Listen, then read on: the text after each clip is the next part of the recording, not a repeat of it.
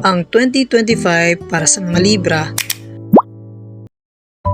ay magiging taon ng balanse at paglago, lalo na sa aspeto ng relasyon, karera at personal na pag-unlad.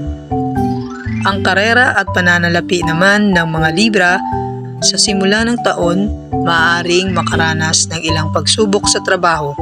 Ngunit sa paglipas ng mga buwan, makakakita ka ng malinaw na direksyon. Mahalaga ang pagpaplano at pagiging matyaga upang makamit ang mga layunin. Maaring magbukas ang mga oportunidad sa mga bagong industriya o maging promosyon. Sa pananalapi, mag-ingat sa mga hindi planadong gastos at hangarin ang mga long-term na pamumuhunan. Ang pag-ibig at relasyon naman ng mga Libra, magiging sentro ng taon ang mga relasyon para sa mga Libra. Kung ikaw ay nasa isang relasyon, ito ay panahon ng mas malalim na koneksyon at pagpapalalim ng commitment.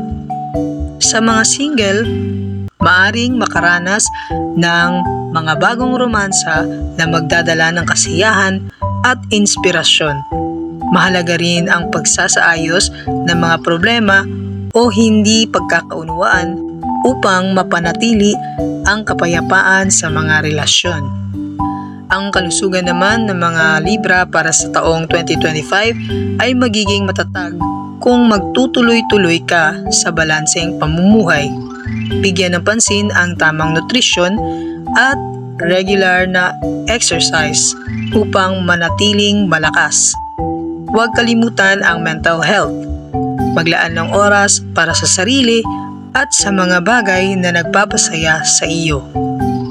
Sa kabuuan, ang 2025 para sa mga Libra ay isang taon ng pag-unlad at pagbabalik ng balanse, kung saan makakatulong ang tamang desisyon sa karera at relasyon upang makamit ang tagumpay at kasiyahan.